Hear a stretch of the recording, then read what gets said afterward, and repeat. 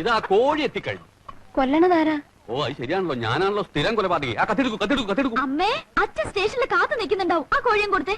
ഓ ഇത് പിടിക്കൂ, ഒന്നും ചെയ്യില്ല, പിടിച്ചോളൂ. അച്ചോട്ട് വാ. ഓ മോളെ, എന്റെ കൈ വിട്, എന്റെ മുണ്ട്. മതി, മുണ്ടൊന്നും വേണ്ട. മുണ്ടില്ലാതെ ഇപ്പൊ തന്നെ നേരം എത്രയാ? നേരൊക്കെ എത്രങ്കിലും ആയിക്കോട്ടെ, സാധാരണ അതൊക്കെ പതിവാ. രാഘവേട്ടനാ, ഇന്നെന്താണോ വണ്ടി സമയത്തെത്തി? ഏതായാലും സ്റ്റേഷനിൽ പോകാതെ കഴിഞ്ഞു. ഞാൻ അപ്പോഴേ പറഞ്ഞതാ, ആരും കാണാൻ അച്ഛൻ എന്തുമാത്രം സങ്കടപ്പെട്ടു. പിന്നെ മൂപ്പർക്ക് എന്താ സ്വന്തം വീട്ടിൽ വഴിയറിയില്ലേ?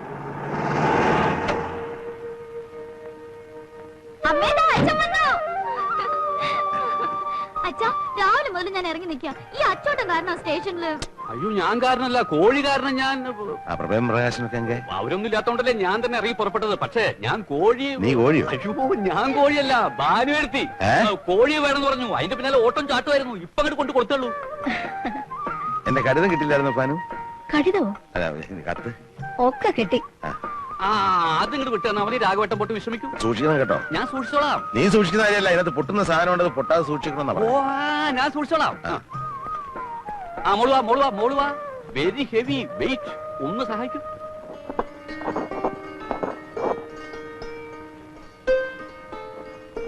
മോളെ, കുറച്ച് മല്ലിയിലയും വെളുത്തുള്ളിയും കൂടി അരച്ചോളൂ. അയ്യേ, അതൊക്കെ ചേർത്ത് വൃത്തിയേടാക്കണോ അമ്മേ? അച്ഛൻ അതൊക്കെ ഇഷ്ടാകുന്ന വെച്ചാ എന്താ ചെയ്യാ? അരച്ചിട്ട് ഈ ഉള്ളിയും കൂടി ഒരിച്ചു വെച്ചോളൂ.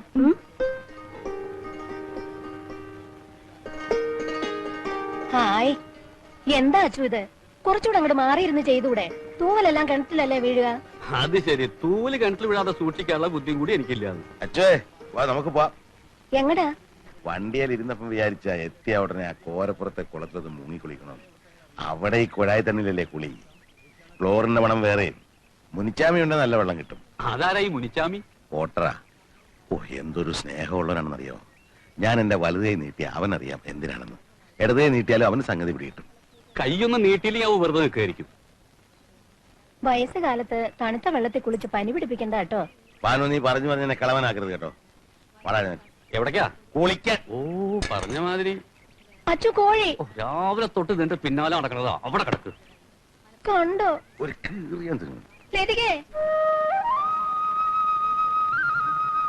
ഇപ്രാവശ്യത്തെ മഴയൊക്കെ എങ്ങനെ ഉണ്ടായിരുന്നു വെച്ചു? ഇപ്രാവശ്യത്തെ മഴയിലെ മഴ 51-ലെ വെള്ളപ്പൊക്കത്തിന് ശേഷം ഇത്രയും വീരശൂര പരാക്രമിയായിട്ടൊരു മഴ ഉണ്ടായിട്ടില്ല. അങ്ങെല്ലാം മഴയെ കിടയാത്. കുടിത്തണ്ണിക്കൂടി ரொம்ப കഷ്ടം. രാഘവേട്ടാ, വണ്ടി വാളയാറ് വിട്ടിട്ട് മണിക്കൂർ കുറയായി. ആ തമിഴ് വിട്ടിട്ട് മലയാള മണ്ണിലേക്ക് വരൂ. ആ മണ്ണിന്റെ കാര്യം പറഞ്ഞപ്പോഴാ നമ്മുടെ പറമ്പൊക്കെ എങ്ങനെ ഉണ്ടാ? പറമ്പ് അങ്ങനെയുണ്ട്. പണി തുടങ്ങുന്ന രാഘവട്ടം വന്നിട്ട് മതിന്നല്ലേ പറഞ്ഞിരുന്നത്? അല്ല, നീ ഇടയ്ക്കിടയ്ക്ക് പോയി നോക്കാറില്ലേ? നോക്കാറുണ്ട്. എന്താ ഈ പറമ്പ് മേടിക്കാൻ വേണ്ടി രാഘവട്ടം ആരുടെ കുറച്ച് കടം മേടിച്ചിരുന്നല്ലോ? പെൻഷൻ ആകുമ്പോ കിട്ടിയ കാശ് മുഴുവൻ കടം വീട്ടി തീർക്കായിരുന്നു. ഇനി മുമ്പോട്ടുള്ള ജീവിതത്തിന് ആ പറമ്പ് മാത്രമേ ഉള്ളൊരു ശരണം. രാഘവട്ടം ധൈര്യമായിട്ടിരിക്കുകയും മണ്ണ് മനുഷ്യ ചരിച്ചായിട്ടുള്ള ചരിത്രം ഒന്നും വരെ ഉണ്ടായിട്ടില്ല. അങ്ങനെ വിശ്വസിക്കാം. എന്നാലും കഴിഞ്ഞ 30 വർഷത്തിലേറെ കേട്ട് തരംപിച്ച ഈ തീവണ്ടിയുടെ ഒച്ചയും ബഹളവും ഒന്നും ഇല്ലാണ്ട് ഇനി ഇങ്ങോട്ട് ജീവിക്കണല്ലോ എന്ന് ഓർക്കുമ്പോഴാ. അതിന് ആരും കാര്യം ചെയ്യാം. എല്ലാ ദിവസവും രാവിലെ രാഘവേട്ടന്റെ വീട്ടിൽ വന്നിട്ട് ആ തീവണ്ടിയുടെ ശബ്ദം ഉണ്ടാക്കാം. തീവണ്ടി ഞാനോട്ട് ബന്ധത്തെ കുറിച്ച് നിനക്ക് എന്താ വല്ല രക്തബന്ധം വല്ലതും ഉണ്ടോ? അതിനൊക്കെ വലിയ ബന്ധമാണെന്ന് വെച്ചു. നിനക്കറിയോ, എന്റെ കോടി കണ്ടാവൻ നിൽക്കും. കോടിയുടെ നിറം മാറ്റിയാ അവൻ പോകും. ഒരു ദിവസം രാത്രി അത്തിപ്പെട്ടിന്ന് ഗുമ്മുടിപ്പുണ്ടിലേക്ക് വരിക. M2 down. പാളം തെറ്റിക്കിടക്ക. ഞാനപ്പോ ഡ്യൂട്ടിയിലല്ലേ, വെറുതെ ഒരു നൈറ്റ് വാക്കിന് ഇറങ്ങിയതാ. ഈ M2 ഡൗൺ എന്ന് പറയുന്ന സാധനം ഉണ്ടല്ലോ, പറന്നാ വരുന്നതേ. സിഗ്നൽ നോക്കിയപ്പോ പച്ച. എന്റെ ഉള്ളൊന്ന് കത്തി. ഫാക്ടറി പണിയും കഴിഞ്ഞു വരുന്ന ആയിരക്കണക്കിന് തൊഴിലാളികളുണ്ട് വണ്ടിക്കകത്ത്. പിന്നെ ഞാൻ വേറെ ഒന്നും ആലോചിക്കാൻ പോയില്ല. ഷർട്ട് അങ്ങോട്ട് വലിച്ചൂരി തീപ്പെട്ടിക്കൊള്ളി ഒരച്ച് കത്തിച്ചിട്ട് പാളത്തിലേക്ക് എടുത്തൊരു ചാട്ടാണ്. തീ കണ്ടപ്പോ ഡ്രൈവർക്ക് കാര്യം പിടികിട്ടി. അയാൾ സഡൻ ബ്രേക്ക് ഇട്ട് വണ്ടി നിർത്തി. ഇതുപോലെ രംഗം ഞാനൊരു തമിഴ് പടത്തിൽ കണ്ടിട്ടുണ്ടല്ലോ. Tamil പടത്തിലോ? പച്ചവിളക്ക്.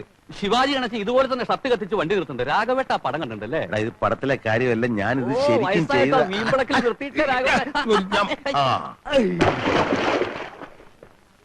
Pandit Jawaharlal Nehru, one of the greatest figures in the world's history. He was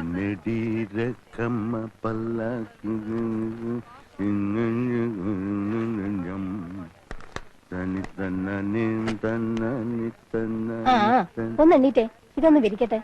നീയല്ലേ പറഞ്ഞ പ്രശാന്തന് ഒന്നും പഠിക്കുന്നില്ലെന്ന്. കുട്ടികളെ വെറുതെ കുറ്റം പറയല്ലേ പാനു. എത്ര അരുമയായിട്ടാവും പഠിക്കുന്നത്? സന്ധ്യക്ക് കുറെ നേരം ഇങ്ങനെ ബഹളം വെക്കുന്നത് കേൾക്കാം. അരമണിക്കൂർ, കൂടിയാൽ 1 മണിക്കൂർ. അത്രയും മതിയായിരിക്കും മുഴുവൻ പഠിക്കാൻ. എനിക്കല്ലെങ്കിലും അറിയാം, ചെറുപ്പത്തിലെ മുതൽ അവന് നല്ല മൂളയാ. at Allahabad. When not quite 15, he went to Harrow School in England and then to Cambridge. After നീ അങ്ങോട്ടിരുന്നേ, എന്നിട്ട് ഇതൊക്കെ ഒന്ന് വിശദമായിട്ട് കാണാം. ദേ എന്റെ പുറകെ നിൽക്കുന്നതാണ് വെള്ളയപ്പൻ. വെള്ളയപ്പോ? അപ്പോ അല്ല, അപ്പൻ, വെള്ളയപ്പൻ. ഓരോ പേരുകളെ. ഇത് വെള്ളിയപ്പൻ. ആഹാ, പിന്നെ അപ്പനോ? ഇവங்க ബ്രദേഴ്സ്. ഇനി അപ്പന്മാരുണ്ടെങ്കിൽ ഒരുമിച്ച് അങ്ങ് പറഞ്ഞേക്കെ. ഇനി അപ്പന്മാരല്ല, ചാമിമാരാ. ഇത് പളനിച്ചാമി, ഇത് മുനിച്ചാമി, ഇത് വീരാച്ചാമി. ഇത്തിരി കൊള്ളാവുന്ന പേരുള്ള ആരും നിങ്ങളുടെ കൂട്ടുകാരായിട്ടില്ലേ? എടീ, ഇതൊക്കെ അവിടെ ഒന്നാന്തരം പേരുകളാ. അയ്യേ. അച്ഛാ, രാത്രി എന്താ കഴിക്കാൻ വേണ്ടത്? രാത്രിയില് ഇലിമ്പിച്ച ശാതം മതി, അല്ലെങ്കിൽ വേണ്ട പുളിയോദര. അവക്ക് അതൊന്നും ഉണ്ടാക്കാൻ അറിയില്ല. പഠിച്ചില്ലേ മോളെ? അച്ഛൻ എത്ര പ്രാവശ്യം പറഞ്ഞു തന്നതാ? മറന്നുപോയി അച്ഛാ. നിങ്ങൾ ഇനിയെങ്കിലും മനുഷ്യന്മാര് കഴിക്കുന്ന എന്തെങ്കിലും കഴിക്കാൻ നോക്ക്. മോളൊരു കാര്യം ചെയ്, തൈര് ശാതം മതി. നീ ചോറുണ്ടാക്കിക്കൂ, തൈരും കൂട്ടി കുഴച്ച് തൈര് ശാതമാക്കിക്കൊള്ളു. അങ്ങനെയല്ല ബാനു. അങ്ങനെ തന്നെയാണ് ബാനു. അവിടെ ആയിരുന്നപ്പോ അവിടുത്തെ ഭക്ഷണം, ഇനി ഇവിടെയല്ലേ, ഇവിടുത്തെ ഭക്ഷണം കഴിച്ചാ മതി. അത് മതി, ചെല്ല. മോളെ, രാത്രി അച്ഛന് വാഴപ്പഴം വേണം. എനിക്കിത് കേൾക്കുമ്പോഴാ വാഴപ്പഴം, കാളപ്പഴം, വാഴപ്പഴം ഒക്കെ ഇവിടെയുണ്ട്. 33 കൊല്ലം തമിഴ്നാട്ടിൽ കഴിച്ചു കൂട്ടിയോനല്ലേ ഞാൻ. അതിനെന്താ, 5-8 കൊല്ലം ഞാനും ഉണ്ടായിരുന്നില്ലേ? ഒരൊറ്റ തമിഴ് വാക്ക് പോലും ഞാൻ പറയുന്നില്ലല്ലോ. അത് കളാ. ലതിക ഇനി പരീക്ഷ എഴുതുന്നില്ലേ? എന്തിനാ വെറുതെ കാശ് കളയാൻ? ഇത്രയൊക്കെ പഠിച്ചാ മതി. എനിക്ക് പിള്ളേരുടെ കാര്യം ആലോചിക്കുമ്പോഴാ സമാധാനം കിട്ടാത്തത്. പ്രഭാകരനും പ്രകാശനും മുഴുവൻ സമയവും രാഷ്ട്രീയ പ്രവർത്തനമാ. അതിനെന്താ, ഇന്നത്തെ കാലത്ത് അരശിയൽ നല്ല ഏർപ്പാടാ. നീ പഴഞ്ചനായതുകൊണ്ടാ ദഹിക്കാത്തത്. എടി, 33 വർഷം റെയിൽവേക്കാരനായിരുന്ന എന്നെ ആരറിയും? ചില വോട്ടർമാർ കണ്ടാ സലാം വെക്കും, അത്ര തന്നെ. അതേസമയം ഒരു പൊതുപ്രവർത്തകന്റെ വളർച്ചയെന്ന് പറഞ്ഞാൽ ഇന്ത്യൻ പ്രസിഡന്റ് വരെ ആകാം. മഹാത്മാഗാന്ധി, സുഭാഷ് ചന്ദ്രബോസ്, ഗോഖലെ, വല്ലഭായ് പട്ടേൽ, ഇങ്ങനെയുള്ള അരസ്യൽവാദികളില്ലായിരുന്നു നമുക്ക് സ്വാതന്ത്ര്യം കിട്ടുമായിരുന്നു. മക്കൾക്ക് പറ്റിയ അച്ഛൻ തന്നെ. ഒരുത്തനെ LLB വരെ പഠിപ്പിച്ചു, അവൻ കോടതി പോണില്ല. മറ്റവൻ BSc പാസ്സായിട്ടും ജോലിക്ക് ശ്രമിക്കുന്നില്ല.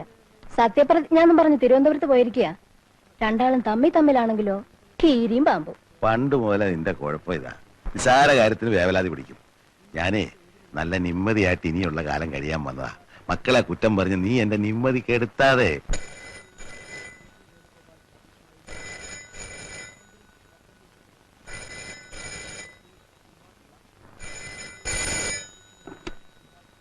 ഹലോ, ആരാ? അദ്ദേഹം ഇവിടെ ഇല്ല. സത്യമായിട്ട് ഇവിടെ ഇല്ല.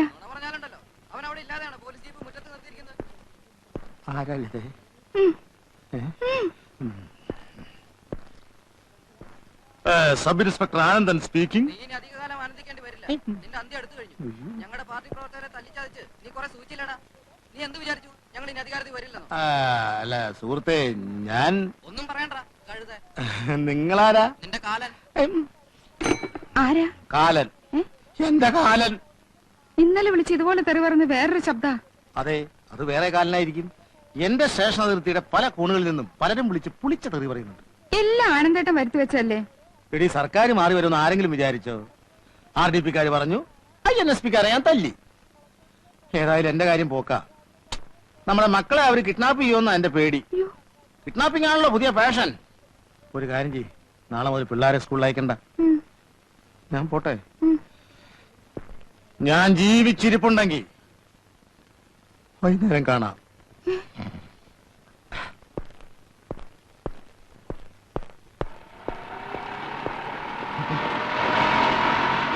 അയ്യോ, ഗുണ്ടകള് ഗുണ്ടകള് വരുന്നു. ഗുണ്ടകള് എത്ര ഗുണ്ടകളുണ്ടല്ലേ? ഗുണ്ടകളല്ല, അച്ഛനാ. ഏതച്ഛൻ? എന്റെ അച്ഛൻ. നിന്റെ സ്വന്തം അച്ഛനോ? പിന്നെ അച്ഛനെ വാടകയ്ക്ക് കിട്ടുവോ? എന്തായാലും നിന്നെ അങ്ങോട്ട് കണ്ടില്ലല്ലോ, നീ വലിയ ആളായിപ്പോയല്ലേ. അയ്യോ, അച്ഛൻ വന്ന കാര്യമൊക്കെ അറിഞ്ഞു. ഇവിടെ ആകെപ്പാടൊരു മനസമാധാനം അല്ലഞ്ഞിട്ടാ അച്ഛൻ അങ്ങോട്ട് വരാഞ്ഞത്. എന്തു പറ്റി? ആനന്ദനല്ലേ അങ്ങോട്ട് ഓടിപ്പോയെ? അതെ, ഗുണ്ടകളെ പേടിച്ചിട്ടാ. ഗുണ്ടകളോ? അതെ, രാഷ്ട്രീയ ഗുണ്ടകൾ. അച്ഛന്റെ മോൻ പ്രകാശന്റെ പാർട്ടിയിൽപ്പെട്ട ഗുണ്ടകളാ. അവര് പ്രതിപക്ഷത്തായിരുന്നപ്പോ എന്റെ കഷ്ടകാലത്തിന് എനിക്ക് ഒരുപാട് പേരെ ദ്രോഹിക്കേണ്ടി വന്നിട്ടുണ്ട്. അതിന് അവരിപ്പോ അധികാരം പ്രതികാരത്തിന് ഉപയോഗിക്കുക. ആരെ നമ്മൾ അന്തമാതിരി ദ്രോഹിക്കാൻ പാടില്ല ആനന്ദ. എന്ന് വെച്ചാ ഭരണത്തിലിരിക്കുന്ന പാർട്ടി പറയുമ്പോ ചെയ്യാതിരിക്കാനിപ്പോ. പ്രകാശൻ ഇപ്പൊ ഭരിക്കുന്ന പാർട്ടിയുടെ ഏതാണ്ട് വലിയ നേതാവൊക്കെയാണെന്ന് പറയുന്ന കേട്ടല്ലോ. എന്ത് നേതാവ്? അല്ലാതെ ഒരു ഞാഞ്ഞൂട് വിചാരിച്ചാലും തടി രക്ഷപ്പെടുത്താൻ പറ്റുവേ. അതിന് അവനോടൊന്നും ഇവിടെ വരാൻ പറഞ്ഞിട്ട് തിരിഞ്ഞു നോക്കിയിട്ടില്ല. അയ്യോ, അവൻ സത്യപ്രതിജ്ഞ അടങ്ങി തിരുവനന്തപുരത്ത് പോയിരിക്കുക. അച്ഛൻ ഇങ്ങോട്ട് കയറിയിരുന്നാട്ടെ.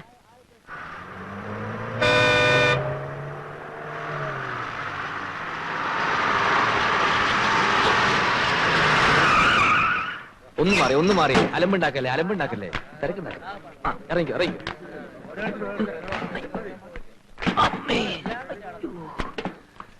ഒന്നുകൂടി ലോറിയുടെ കാര്യം നമുക്ക് വൈകുന്നേരം സെറ്റിൽ ചെയ്യാം. ഹലോ KRP, എങ്ങനെയുണ്ടായിരുന്നു സത്യപ്രതിജ്ഞാ ചടങ്ങ്? സത്യം പറഞ്ഞ കലക്കി. വിശദമായിട്ട് ഞാൻ പിന്നെ പറയാം. ഒന്ന് നടു നിവർത്തണം. 400 കിലോമീറ്റർ അങ്ങോട്ടും 400 കിലോമീറ്റർ ഇങ്ങോട്ടും ലോറിയിൽ ഒരു ഒറ്റ നിപ്പായിരുന്നേ. വൈകുന്നേരത്തെ കാര്യങ്ങളൊക്കെ റെഡിയല്ലേ? ഒക്കെ റെഡി. എന്നാ പിന്നെ വൈകുന്നേരം നന്ദി പ്രകടനത്തിന് കാണാം. ശരി. ജയ് ഹിന്ദ്. കലക്കി മറിച്ചു. ഹോ, കേരളം കണ്ട ഏറ്റവും വലിയ ചടങ്ങ്. ഒന്ന് വന്ന് കാണേണ്ടതായിരുന്നു മോളെ. പൂഴി വാരി എറിഞ്ഞ നിലത്ത് വീഴാത്തത്ര ജനക്കൂട്ടം. കതറിന്റെ ഒരു കടലല്ലേ തിരുവനന്തപുരത്ത് ഇളകി മറിഞ്ഞത്. അമ്മേ, സത്യവാചകം ചൊല്ലുന്നു നമുക്ക് കേൾക്കാനൊക്കില്ലമ്മേ. CM ഹാളിൽ പ്രവേശിച്ച് ചടങ്ങ് കഴിയുന്നവരെ ഭയങ്കര കരഘോഷമാണ്. പക്ഷെ എനിക്ക് മുൻവശത്തിന് ഇരിക്കാൻ സീറ്റ് കിട്ടിയോണ്ട് കാര്യങ്ങളെല്ലാം ഭംഗിയായിട്ട് കാണാൻ കഴിഞ്ഞു. മുൻവശത്തോ? അതെ, മുൻവശത്ത്. ഏറ്റവും മുമ്പിൽ ഞങ്ങൾ 31 പേരായിരുന്നു. ഒരു വരിയിൽ 31 കസേരയാ. ഹാളിൽ കിടക്കാൻ പറ്റാത്ത സാധാരണ പ്രവർത്തകർക്ക് ചടങ്ങ് കാണാൻ പുറത്ത് 123 TV സ്ഥാപിച്ചിരുന്നു. പക്ഷെ TV അത്ര ക്ലിയർ അല്ലായിരുന്നു. മൊത്തത്തിലൊരു മങ്ങല്. ഒരുപാട് രസങ്ങളൊക്കെ പറയാനുണ്ട്. വിശന്നിട്ട് വയ്യമ്മേ, കാര്യമായിട്ട് എന്തെങ്കിലും എടുത്ത് കഴിക്കാൻ വെക്കേ. പോത്തുപോലെ 2 ആമക്കളുണ്ടായിട്ട് അച്ഛനെ സ്റ്റേഷനിൽ നിന്ന് കൂട്ടിക്കൊണ്ടുവരാൻ ഒരുത്തനുമില്ല. മല മറിച്ചിട്ട് വന്ന് കിടന്ന് പ്രസംഗിക്കുക. അച്ഛനെപ്പോ വന്നു? അമ്മയുടെ മൂത്ത മോൻ ഇവിടെ ഉണ്ടായിരുന്നല്ലോ. ഇലക്ഷന് തോറ്റ് തുന്നമ്പാടിയ ഒരു സഖാവ്. മൂപ്പരെവിടെ? കാണാൻ കൊതിയാവുക. അതുകൊണ്ടാ. ഓഹോ, പിന്നെ വഴക്കുണ്ടാക്കാനുള്ള പദ്ധതിയായിട്ടാണ് നിന്റെ വരവ് അല്ലേ? അയ്യോ, ഇനി എന്ത് വഴക്ക്? ഒന്ന് നേരിൽ കാണുക, മൂപ്പരുടെ പാർട്ടി അകാലത്തിൽ അന്തരിച്ചതിനുള്ള ഒരു അനുശോചനം രേഖപ്പെടുത്തുക, അത്രേ ഉള്ളൂ. പ്രകാശ, നിങ്ങൾ തമ്മിലുള്ള ഒരു സംസാരവും ഇവിടെ വേണ്ട. ഒന്നും അല്ലെങ്കിൽ നിന്റെ ചേട്ടനല്ലേടാ. തെരഞ്ഞെടുപ്പിന്റെ റിസൾട്ട് അറിഞ്ഞ പിന്നെ അവൻ ഇങ്ങോട്ട് കേറിയിട്ടേ ഇല്ല. നിന്നെ പേടിച്ചിട്ടാ. ഇന്നലെ രാത്രി ജംഗ്ഷനിൽ വെച്ച് കണ്ടുവന്ന് അച്ചു പറയണ കേട്ടു. ഓഹോ, എന്നാൽ എനിക്ക് സന്തോഷമായി. ഈ അവസ്ഥയെ തന്നെ വേണം എനിക്ക് മൂപ്പര് നേരിട്ട് കാണാൻ. അമ്മയ്ക്കറിയോ, ഈ ഇലക്ഷന്റെ ഇടയ്ക്ക് 9-ാം വാർഡിലിട്ട് എന്നെ തല്ലിക്കാൻ വരെ പ്ലാൻ ചെയ്ത ആളാ ചേട്ടൻ. ആര്? പ്രഭാകരനോ? അമ്മ എന്തറിഞ്ഞു? അതൊക്കെ പോട്ടെ, ആദ്യം സ്ട്രോങ് ആയിട്ട് ചായ ഞെടുത്തേ. കാലത്തെ പരിപാടികൾ നടക്കട്ടെ. ദേഹത്തിന് വെള്ളം ചൂടാക്കിയടി. മേലാകെ അസല് വേദന. അങ്ങോട്ടും ഇങ്ങോട്ടും കാറിലൊരു ഒറ്റ ഇരിപ്പായിരുന്നേ. കാറിലോ? ലോറി പുറത്തല്ലേ? ഏയ്, ഞാനും മണ്ഡലം പ്രസിഡന്റ് കാറിലായിരുന്നല്ലേ. നോണ പിന്നെ നിന്നോട് നുണ പറഞ്ഞിട്ട് വേണമല്ലോ എനിക്ക്. പോയി വെള്ളം ചൂടാക്കടി.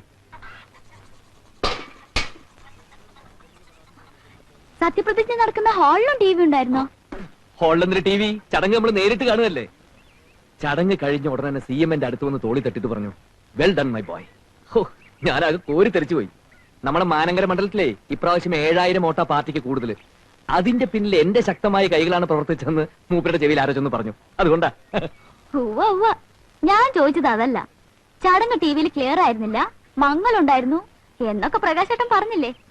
അതിന് ഹാളിന് മുമ്പിലിരുന്ന പ്രകാശേട്ടൻ ആ ചടങ്ങ് കോമ്പൗണ്ടിലുള്ള TVയിൽ എങ്ങനെ കണ്ടു? ചടങ്ങെന്നും പറഞ്ഞ് മുഴുവൻ സമയം നമുക്ക് അവിടെ കുത്തിയിരിക്കാൻ പറ്റുമോ? ഒന്ന് നടു നിർത്താൻ വേണ്ടി ഞാനൊന്ന് പുറത്തേക്ക് ഇറങ്ങിയപ്പോ ഒന്ന് കറങ്ങിയപ്പോ TV കണ്ടു. നേര് പറ, രാജ്ഭവന്റെ ഗേറ്റ് കടക്കാൻ പറ്റുമോ? നീ കുറെ കൂടുന്നുണ്ട്. പാർട്ടിയിൽ എനിക്കുള്ള സ്ഥാനം എന്താണെന്ന് നിന്നെ പറഞ്ഞ് ബോധ്യപ്പെടുത്തേണ്ട കാര്യമൊന്നും എനിക്കില്ല. വൈകുന്നേരം ടൗണിലേക്ക് വാ. കൃതജ്ഞതാ സമ്മേളനത്തിന് ഞാൻ നടത്താൻ പോണ ഗംഭീര പ്രസംഗം കേൾക്കുമ്പോൾ നിനക്ക് മനസ്സിലാവും ഞാൻ ആരാണെന്നുള്ളത്. പ്രിയപ്പെട്ട സുഹൃത്തുക്കളെ, കഴിഞ്ഞ 5 വർഷക്കാലമായി ഈ രാജ്യത്ത് ഒരു ഭരണകൂടം ഉണ്ടായിരുന്നോ? ഇവിടെ ഒരു സർക്കാർ ഉണ്ടായിരുന്നോ? ഇവിടെ ഒരു മുഖ്യമന്ത്രി ഉണ്ടായിരുന്നോ എന്ന് ചോദിക്കാൻ ഞാൻ ആഗ്രഹിക്കുകയാണ്. ഇല്ലായിരുന്നു സുഹൃത്തുക്കളെ, ഇല്ലായിരുന്നു. പിന്നെ ഉണ്ടായിരുന്നത് RDP എന്ന ഒരു പാർട്ടി മാത്രമായിരുന്നു. അവരുടെ അഴിഞ്ഞാട്ടമായിരുന്നു. Revolutionary democratic പാർട്ടിയാണത്രേ. എന്ത് റവല്യൂഷണറി, എന്ത് ഡെമോക്രസി എന്നാണ് ഞാൻ ചോദിക്കുന്നത്. അതിനുള്ള ശിക്ഷ നിങ്ങൾ അവർക്ക് നൽകി കഴിഞ്ഞു. ഇന്ത്യൻ നാഷണൽ സെക്യുലർ പാർട്ടി നിങ്ങളുടെ പാർട്ടിയാണ്, ജനങ്ങളുടെ ആശയാഭിലാഷങ്ങളുടെ പാർട്ടിയാണ്. പിന്നെ ഞങ്ങളുടെ കൂടെ വർഗീയ പാർട്ടികൾ ഉണ്ടെന്ന് RDPക്കാർ ആരോപിക്കുന്നുണ്ട്. അത് തെറ്റാണ് സുഹൃത്തുക്കളെ. പിന്നെ വർഗീയ പാർട്ടി ഇല്ലെന്ന് പറഞ്ഞുകൂടാ. ഞങ്ങളുടെ കൂടെ ചേർന്ന ശേഷം അവരിൽ യാതൊരു വർഗീയതയും ഞാൻ കണ്ടിട്ടില്ല. അല്പസ്വല്പം കോഴി ബിരിയാണി കഴിക്കുന്നത് വർഗീയതയാണോ എന്ന് ഞാൻ വെല്ലുവിളിക്കാണ്. പക്ഷേ RDPയുടെ കൂടെയുള്ളത് മുഴുവൻ വർഗീയ പാർട്ടികളാണെന്ന് ഞാൻ നിങ്ങളെ അറിയിക്കുകയാണ്, അഭ്യർത്ഥിക്കുകയാണ്, അപേക്ഷിക്കുകയാണ്. അതുപോലെ ഞങ്ങൾ അഴിമതിക്കാരാണെന്ന് പറയുന്നുണ്ട്.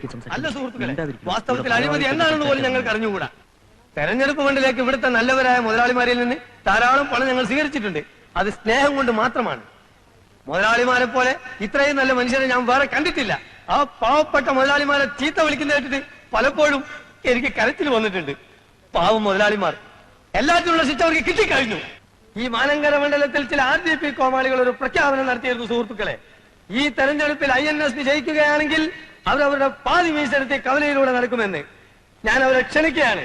നാണവും മാനവും ഉളുപ്പും അല്പമെങ്കിലും തീണ്ടിയിട്ടുണ്ടെങ്കിൽ, വാക്കിന് വിലയുണ്ടെങ്കിൽ ഇങ്ങോട്ട് വരൂ, മീശ എടുക്കൂ, എടുക്കണ മീശ എന്ന് ഞാൻ ആജ്ഞാപിക്കുകയാണ്, അഭ്യർത്ഥിക്കുകയാണ്, അപേക്ഷിക്കുകയാണ്.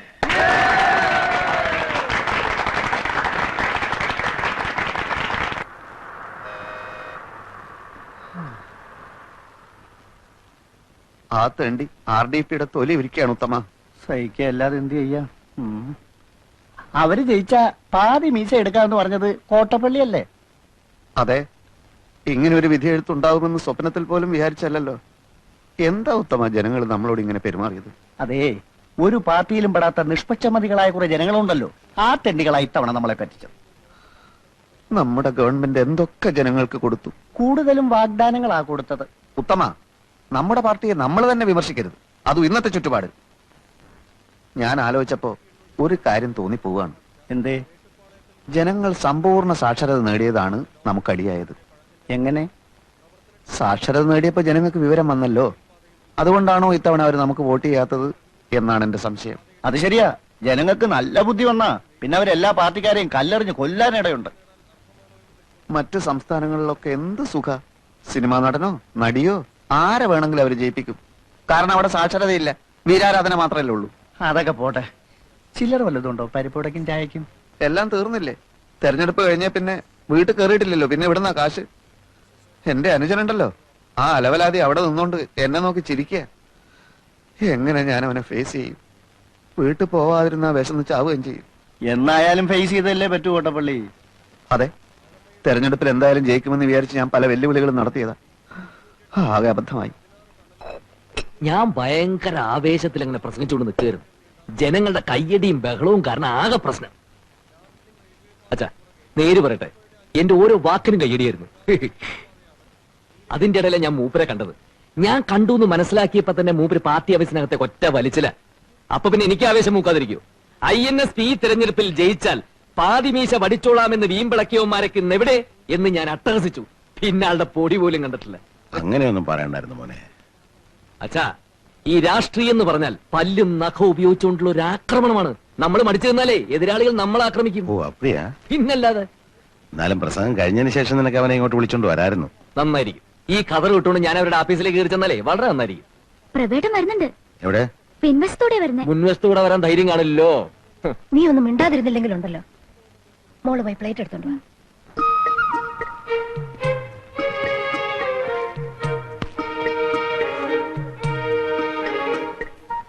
എവിടെയായിരുന്നടാ പ്രഭേ നീ? ഞാൻ വന്നിട്ട് ദിവസം എത്രയായി? കയറി വാ, ഒന്ന് ഊണ് കഴിക്ക.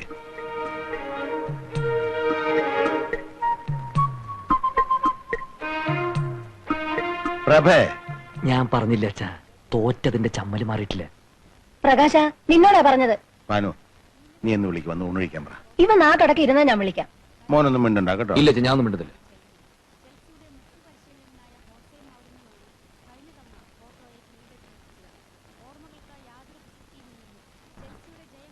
എടാ, 4 മാസം കഴിഞ്ഞ് കാണുകല്ലേ നീ നിന്റെ അച്ഛനെ. ഒരു വാക്കുപോലും മിണ്ടാൻ വയ്യായിരുന്നല്ലേ? എണീറ്റ് വാ, അച്ഛൻ വിളിക്കുന്നു. മറ്റവൻ അവിടെ നിന്ന് എഴുന്നേറ്റ് പോയതിനു ശേഷം ഞാൻ വരാം. മറ്റവനോ? പ്രകാശൻ നിന്റെ അനുജനാ. അനുജൻ? അവൻ എന്റെ പ്രതിയോഗിയാണമ്മേ. പ്രവേ, നിന്നോടാ പറഞ്ഞത്. വയസ്സുകാലത്ത് അച്ഛനെ നിങ്ങൾ വിഷമിപ്പിക്കരുത്. ഞാൻ വരാം, പക്ഷെ അവൻ എന്നോട് ഒരു അക്ഷരം മിണ്ടാൻ പാടില്ല. തെരഞ്ഞെടുപ്പിനെ പറ്റിയോ എന്റെ മീശയുടെ കാര്യോ അങ്ങനെ വല്ലതും പറഞ്ഞാൽ എനിക്ക് സമനില തെറ്റും. നിന്നോട് മിണ്ടാൻ പാടില്ല എന്ന് ഞാൻ പറഞ്ഞിട്ടുണ്ട്. എണീറ്റ് വാ.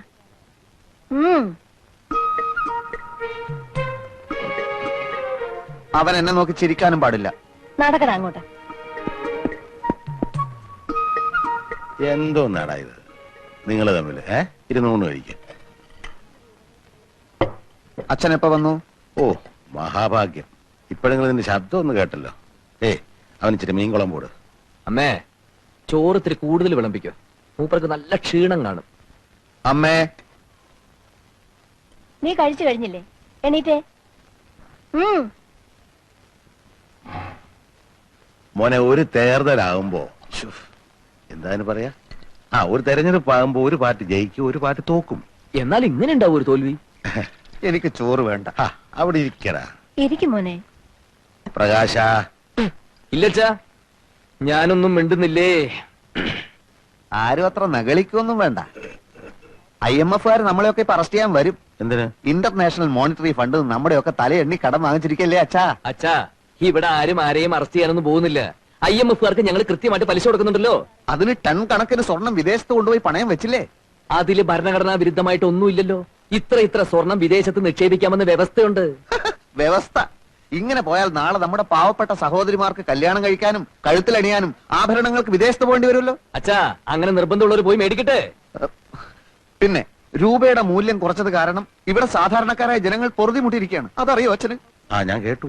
അച്ഛാ, മൂല്യം കുറച്ചത് നല്ലതിന്. അതിനനുസരിച്ച് ഇവിടെ ഡോളർ കുന്നുകൂടും, വ്യവസായശാലകൾ ഉയരും. 5 വർഷം കൊണ്ട് നമ്മുടെ രാജ്യം ഒരു ഹരിത സ്വർഗ ഭൂമിയാവും. 6 മാസം കൊണ്ട് ഈ ഗവൺമെന്റ് മൂക്കും കുത്തി താഴെ വീഴും. വായും പൊളിച്ചിരുന്നാ മതി. അങ്ങാടി തോറ്റന് അമ്മയുടെ അടുത്ത് കുതിര കയറുന്നതിന്. പ്രകാശ, അമ്മയൊന്നും ഉണ്ടായിരുന്നേ. ഞങ്ങൾ ജയിച്ചതേ ജനങ്ങൾക്ക് ഞങ്ങളെ വേണമെന്നുള്ളതുകൊണ്ടാ. ഓ പിന്നെ വലിയ ആനക്കാര്യങ്ങളാണല്ലോ നിങ്ങൾ ചെയ്തു കൂട്ടിയത്. നിക്കാരഗ്വയിലെ ഒട്ടേകയെ പുറത്താക്കി കുത്തക മുതലാളിമാരായ അമേരിക്ക ഒരു പാവ ഗവൺമെന്റ് സൃഷ്ടിച്ചു. റുമേനിയയിലും മറ്റൊന്നല്ല സംഭവിച്ചത്. ജർമ്മനിയെ നിങ്ങൾ തകർത്തു. പക്ഷെ വിയറ്റ്നാമിലെയും കംബോഡിയയിലെയും വടക്കൻ കൊറിയയിലെയും ജനങ്ങൾ ഞങ്ങളുടെ ആവേശമാണെന്ന് നീ മനസ്സിലാക്കി. ഇവിടുത്തെ കാര്യം പറയുമ്പോ എന്തിനാ അന്താരാഷ്ട്രത്തിലേക്ക് ഓടുന്നത്? മനുഷ്യന്റെ കഥ എല്ലായിടത്തും ഒന്നാണടാ. ഇന്റർനാഷണൽ പൊളിറ്റിക്സിനെ പറ്റി ഒന്നും അറിയില്ലെങ്കിൽ ചിലക്കാതെ ഒരിടത്തിരുന്നോ? അറിയില്ലെന്നോ? ചോദിക്ക്, ഞാൻ പറയാം. ഹംഗറിയിൽ എന്ത് സംഭവിച്ചു?